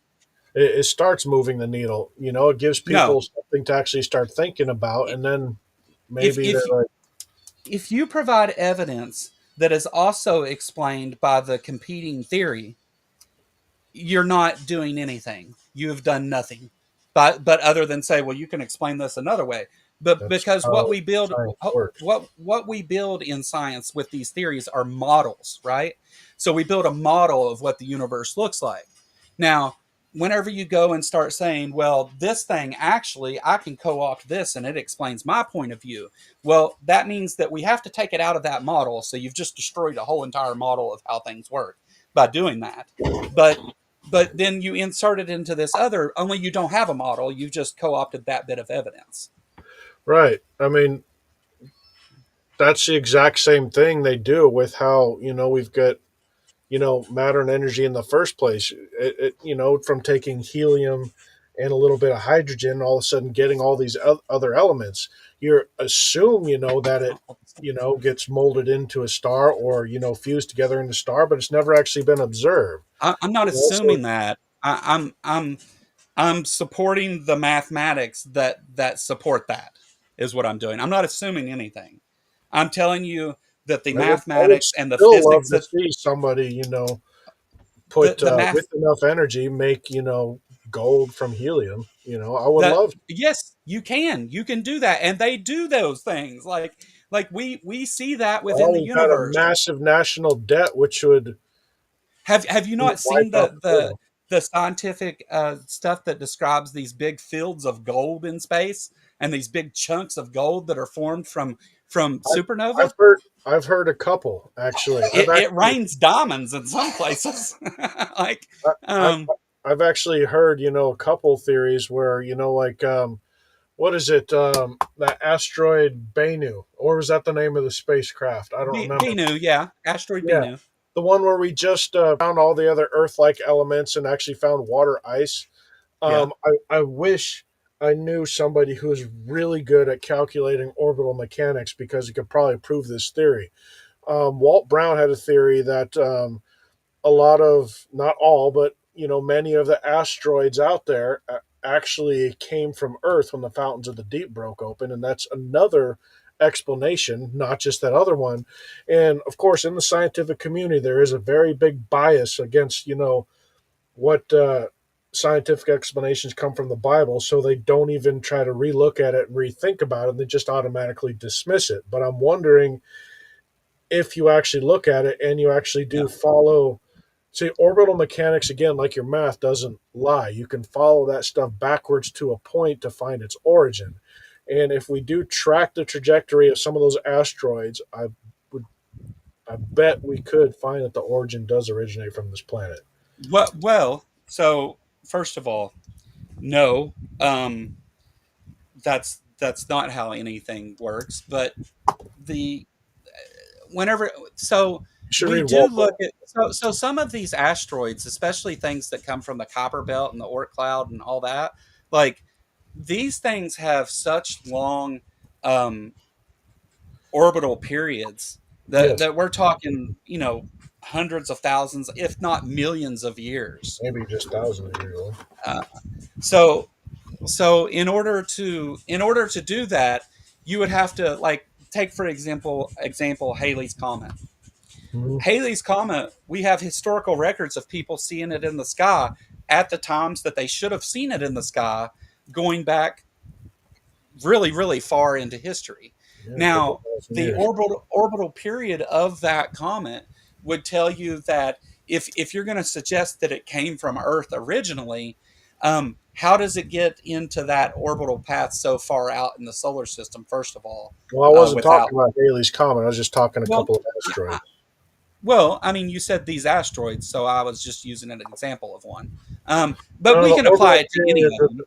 the velocity of Halley's Comet at its perihelion would be way too vast for the amount of energy to come out of the fountains of the deep broken up and up to shoot it out of So, the. how much energy came out of the fountains of the deep breaking open? You don't have that, or any estimate of that that's reasonable, because there's no evidence that it happened, and a mountain of evidence that says that it didn't. Well, yeah. I mean, just like your mathematical thing about, oh, we say the math, where gold all of a sudden spontaneously appeared out of nothing. Same type of thing. But so you're saying the math allows for the fountains of the deep Um, to well, no, break the open, and math, the mass of the asteroids coming from the planet. I'm trying to pull something up on Google here so I can sure. find you that exact Sure, I, number. I I know that there's been arguments that say like, well, that's how like craters on the moon, on the backside of the moon, and stuff. I think Kent actually makes that argument. Um, He does, and he got it from Walt Brown's book, I believe. Walt Brown. so so the problem with that again is whenever you start to make models like and you say, okay, well, the fountains of the deep broke open and caused this event to happen, and that could possibly explain this other thing, right? So you're starting to put together a model of where things in our solar system or our local solar system came from. And the problem again arises of when we have explanations for those things that account for them in and they fit the model of our solar system that is supported by the scientific consensus to this day, then why should we accept those other hypotheses as more probable than the ones that we already have? Um, I don't know, maybe no bias towards the Bible, maybe. Um, where is trying to scan through this website and listen to you at the same time. Sorry. Yeah. Uh, No, you're fine. You're fine, man. Like, I can't find it, but I remember it was talking about millions of pounds per square inch pushing down subterranean chambers, and then all of a sudden, I think it what was been subterranean chamber? what? Ones that we suggest existed but don't see, Well, I mean, we or have ones that are required for that model to work. ones that I guess are required for that model Yeah. to work. I mean, the theory does fit. You Well, know, that's the problem with trying to use that as science, though. you just turned the exact same thing that I was using against you around back on me No, about, well, no, you because what you're doing is post hoc rationalization. What I'm talking can't. about is science leading to rational conclusions, Well, not science the leading backwards to way. something, of how everything comes out of absolutely nothing, I guess originally was the See, type I've of. not claimed that, but you've tried to put those words in my mouth about 10 times now, and I've never said that. Neither has any other atheist or physicist. Well, it's usually what they do, I mean, that No, is no, it's the not. Big Bang It's your Theory. misunderstanding of the model that you think that's what they do. But nobody has ever no serious physicist or atheist for that matter that I'm aware of, as in the atheist part anyway, has Okay. ever suggested that everything came from nothing, or that it came out of nowhere, or that it was created in Well, some that single is the event. Big Bang Theory, or do they, No, instead of no, saying no, nothing, that is they not the say Big a Bang Theory. singularity smaller than the period on the page, or That something is like incorrect, sir. That is incorrect. Read what the Big Bang Theory is while you're looking things up, because it does not say anything like that. that. The Actually, I've Big got Bang Theory is just the explanation for the rapid expansion of space and time. It is not an explosion. It is not a creation event. It is not something from nothing. It's none of those things. I think from space.com, the Big Bang Theory stands as the most widely accepted explanation of the origin of the universe. According to this theory, the universe began as an infinitely small, hot, and dense point, which rapidly expanded and continued to stretch over 13.7 years. So basically, saying that all the matter and energy in the universe was in one infinitely small dot. So, where did that small dot come from? The first law of thermodynamics. Which is matter and energy cannot be Yeah. created or destroyed. So the matter, the energy within our universe had to have always been there under that. Now, there's Again, you're a, assuming that the universe is infinite, you're but because assuming that it's a in God did motion, it. well, I because mean, it's in motion, says that it can't be because something. Again, going back to what we said an hour ago, you know, an action cannot act upon itself. You know, I haven't something had claimed to put it that. in motion. Nowhere within any of that science is claiming that. And what you just read about the Big Bang Theory was correct. Sorry, it is the explanation for the universe, but it doesn't speak of anything being created or the beginning of time or the start of anything. It's the rapid expansion, and that rapid expansion gives us the explanation of what the universe looks like today. Right, but I also told you that it's not possible because the gravity well would be way too extreme and way too strong for it to expand away from itself. How big was how much energy was pumped into that expansion? All the energy in the universe? You want to use that? Because Well, then it's it not. doesn't matter how much energy because It the does. well, no, hold on, because physics won't allow the universe to accelerate faster than the speed of light, and in order for anything to Wrong. expand out of a gravity well Wrong. that strong, Wrong. So really, so so that so that you figured universal out how to speed limit, travel faster than the speed of light. that universal speed limit does not apply to space time. That's what I'm talking about. Physics is no longer convenient for our self-creating universe theory. It's not a physical thing with mass. Okay, Space have mass? Does empty space have mass? In fact, one of the qualities of it is that there is but no mass but contained there. gravity still pulls on space, and it wouldn't be able to No, expand. no, Okay, so maybe the that's space wrong. expanded, but still the matter would maintain the same in that very dense gravity well. No, I think you're misunderstanding. So it's not that the individual matter is expanding away from each other. Space itself begins to expand. Mm-hmm. And we can actually observe to this day that out in the distance we can only see so far, because out past that it seems anyway that space is expanding faster than the speed of light, which doesn't allow Really? objects within that How space to send how its far is photons this? back towards us. How far is this? I don't remember the number, but it's several I billion didn't light know we years away. observed the edge of the universe. No, they can't observe the edge of the universe. As far as the observable universe, they can observe, obviously. Right. And at a certain point, though, we can't see past that edge of the observable universe because it's moving away from us too fast, or we're moving away from each other too fast. I'll put it that way. But physics, both Einsteinian physics and modern physics, allows for space and time, because they're the same thing, to Mhm. be expanding faster than the speed of light. There is no contradiction there within the laws of physics whatsoever. Okay, even though I don't agree with you, there's still the point. Like, okay, so all the matter, right, is in that singularity. How the hell did it expand faster than the speed of light? Well, the thing that you're talking about matter. So you're talking about that matter, and whenever you say that matter, do you mean like All of the particles of matter in the hydrogen? universe. Well, hydrogen is about all there was at the time. Okay, matters matter, doesn't matter. Still, hydrogen in a gravity well that strong wouldn't be able to expand from itself since the speed of light is the speed When limit to the space universe. itself is expanding, gravity has nothing to do with that. But yet, gravity also pulls on space the same. Gravity does not pull on space. It That's does warp not. space time. Where did I think we're Yes, alone here yes. in this So universe? Where did so it go? space time itself is, they claim that it's warped by gravity, but that's to give you a visual idea of how that works because things move around it.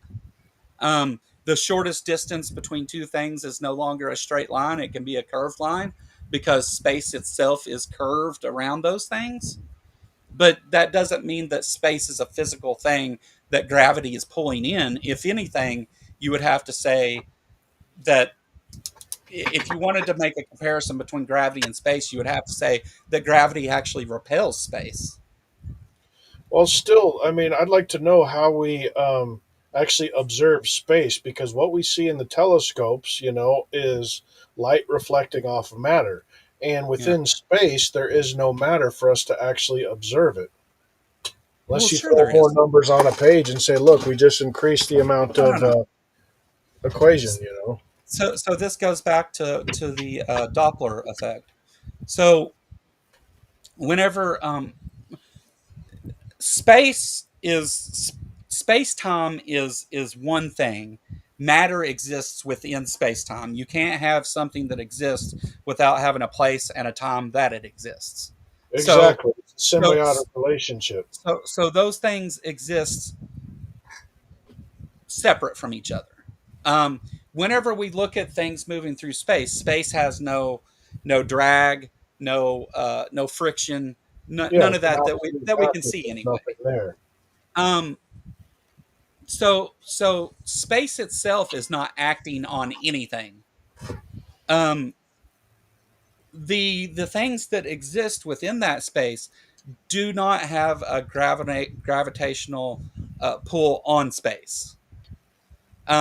Like as in it's bringing space closer to it, because the thing you're saying is how does this universe expand, because things are pulling space in closer, and that's just not the case. That's not how that works, and it's never been how that works. It's never been explained that way, I'll say. Well, still, you've got the same issue. I mean, just to say that, oh, space is pulling and therefore it pulled the matter apart with it faster than the speed of light doesn't work. The if universe can't expand from a gravity well stronger than the if maximum if velocity the universe will allow. if I draw two circles on a balloon and blow that balloon up, the space that those circles exist on is growing and pushing them further apart without them ever moving at all. The space itself is expanding. Right. Okay. So Um, I still agree with my model, but let me bring up this you question. haven't given a model, by the way. Okay, well, that pretty much throws away the 2 hours of discussion. Hey, I never use the No, bathroom. you Let's just listen, let's listen. just I'm not discuss. trying to be hard on you, Pretty Rich. much being insulted here at the moment, and my theories are being thrown out because they can't find an explanation for it. Your Steve, theories are go ahead, wrap it contradicted up. by Let's go. science. I mean, you can get mad because of it. I'm not being mean to you, Rich. You used the word that I've given a model. You haven't given a model. You've argued against the model that's accepted by science is what you've done. And that's fine. You can do that. But to then call it a model itself is just not true. And you can get upset with me and want to leave because I'm not letting you have your way with things that are wrong. But I'm just sorry. That's how this works.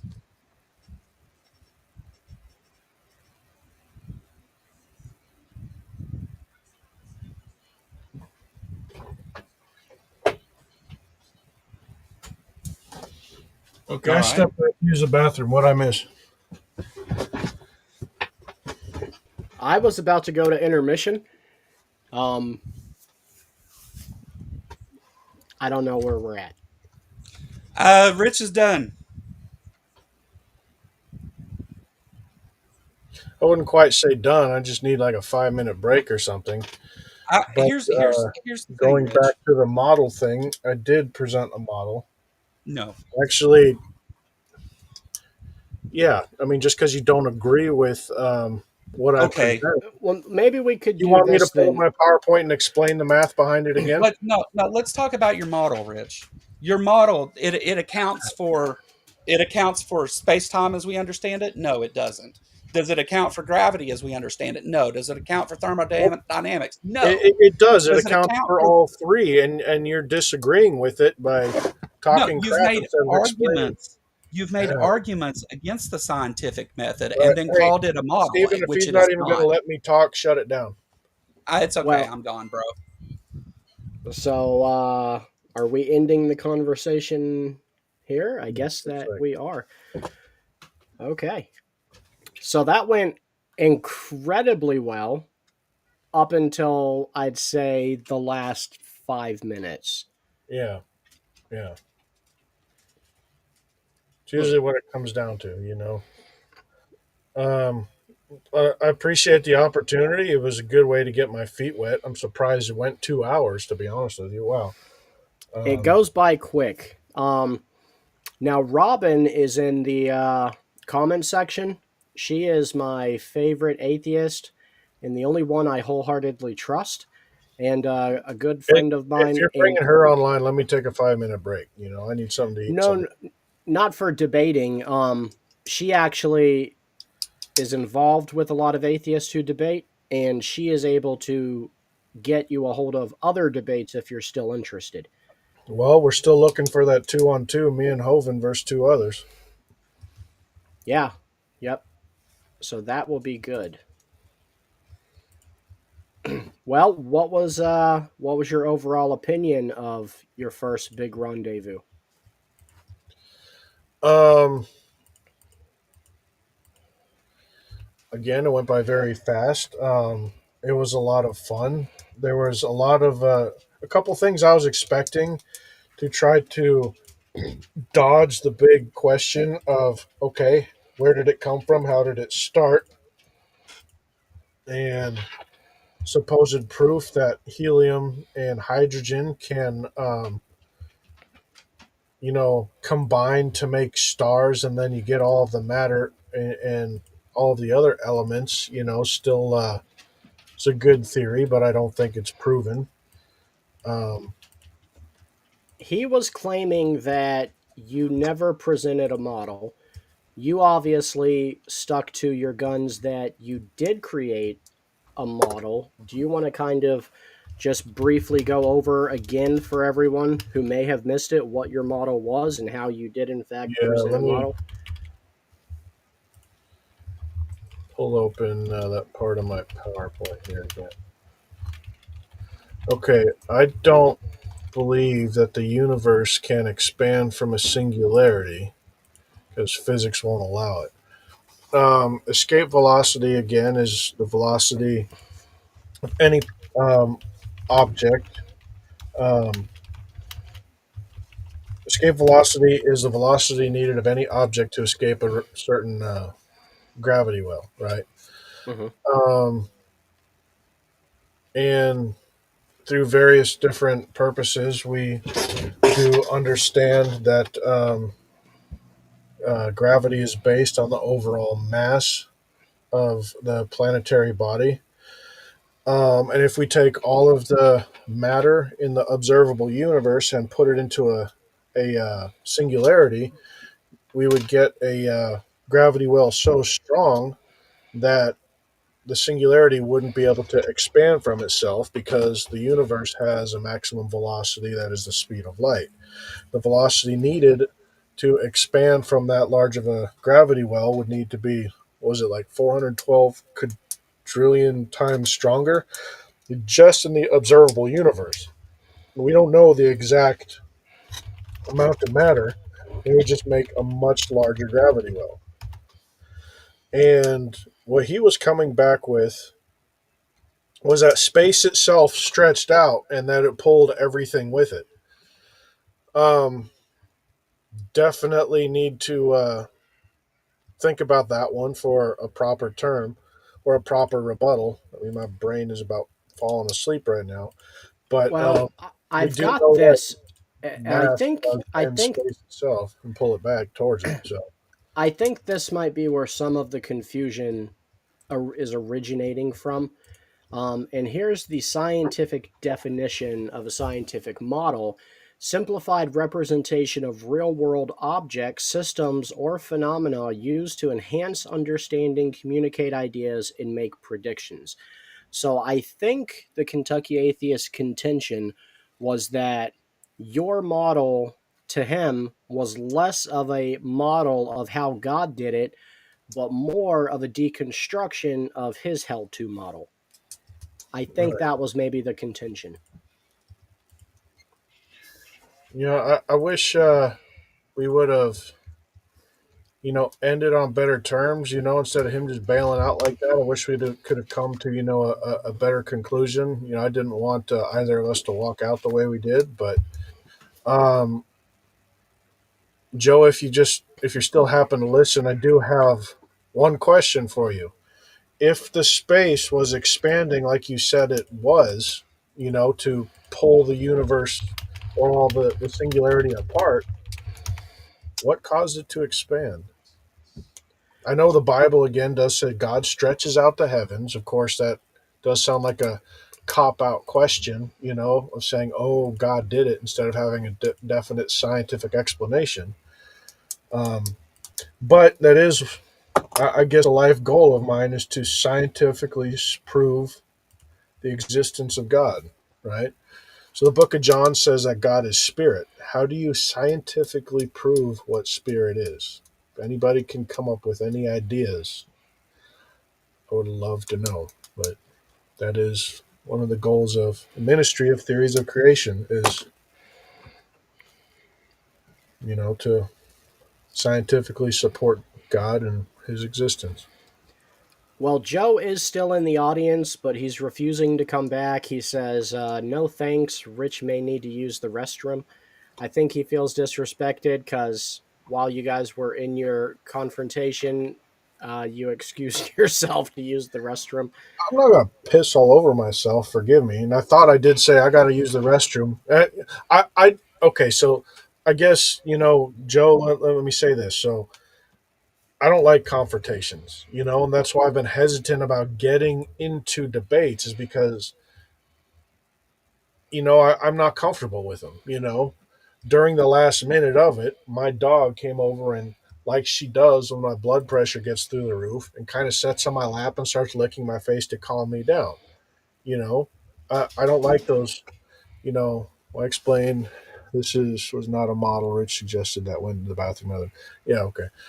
Um, hey, sorry. I mean, maybe it would have been rude if I was, taking a leak and talking to you at the same time. I wouldn't really like to do that live on the air. uh, good one, Steven. But it was fun. Thanks, Joe. I'd like to do it again sometime. Um, Thanks for challenging my mind. I definitely think at the 1 hour mark we should take a break. Um, maybe 10 minutes or something. Go for a walk, and Well, that's one of the yeah, I good did say things shut it down. about a structured debate is that you can have a set period of time that usually equates to about an hour and a half. And that seems to be when both parties are kind of over the contentious part and they're just wanting to go into conversation. And that's when you can open up the panel. I think you did really good tonight.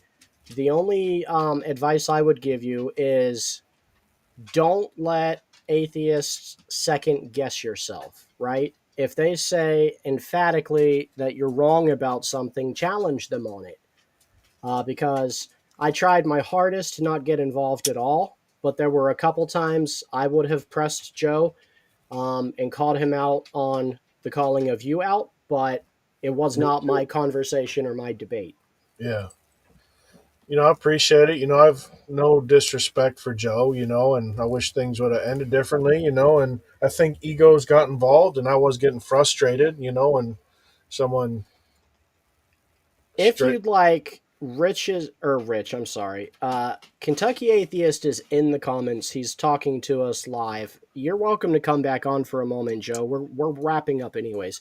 Well, Um, let's just, if you come back on, let's just drop this discussion of cosmology. Let's just talk about Thanksgiving, or do a friendly conversation, because my brain is starting to hurt from this 2 hour thing, and you know well, um we're about to close down anyways because we're going over the 2 hour mark. I like to try to keep them around that range.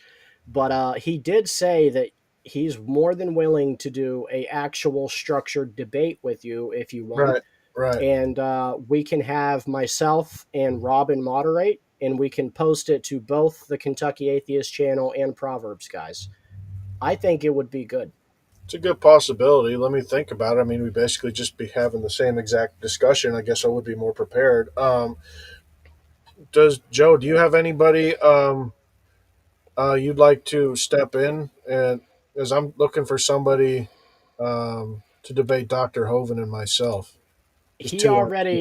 already turned down the 2-on-2 debate. I Okay. tried to get Robin to bark up that tree already, but Okay. he's not a fan of Kent Hovind, so it's going to be hard to get a 2-on-2 debate for that reason. Unlike what Dr. Hoven does, I don't like to, call people stupid, dumb, and idiot. I try to stay away from that point of it and just be calm. And I guess, for reasons that this thing got shut down, when it gets to that point where the blood pressure gets up, you just start throwing things back and forth. And, it just,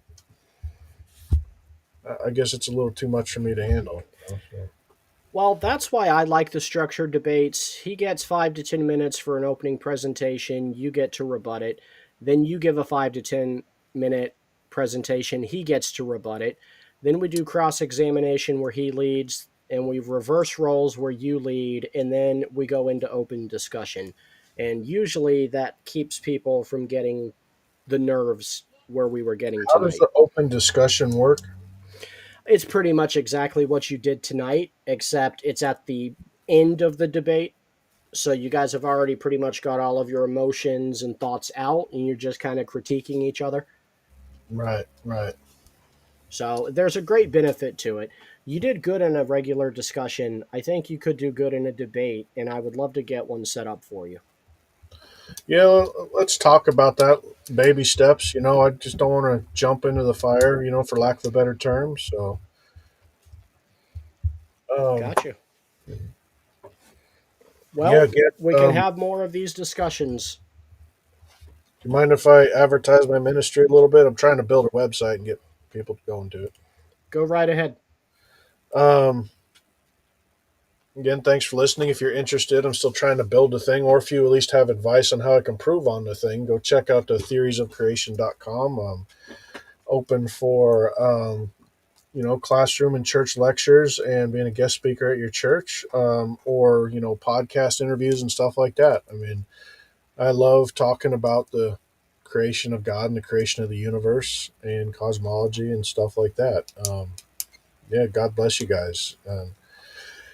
Thanks, Stephen, for this.